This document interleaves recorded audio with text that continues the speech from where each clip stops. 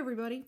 My name is Charlotte Crawford, and I'll be providing you information on new recommendations from the CDC on wearing cloth face coverings during this Go Health Minute.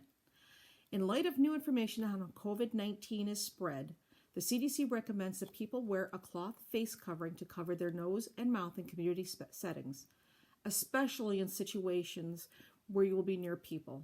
This is to protect people around you if you are infected and do not have any symptoms at this time.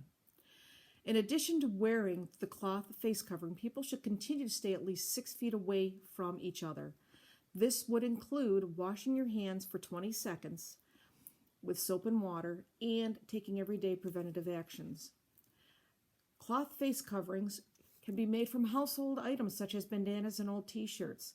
Click the link below and learn different ways you can make your own cloth face coverings.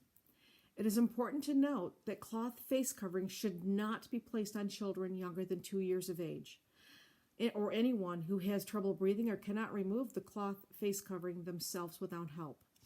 The cloth face covering recommended is not the surgical mask or N95 respirators. These masks are in extremely short supply and should be reserved for healthcare workers or other medical first responders.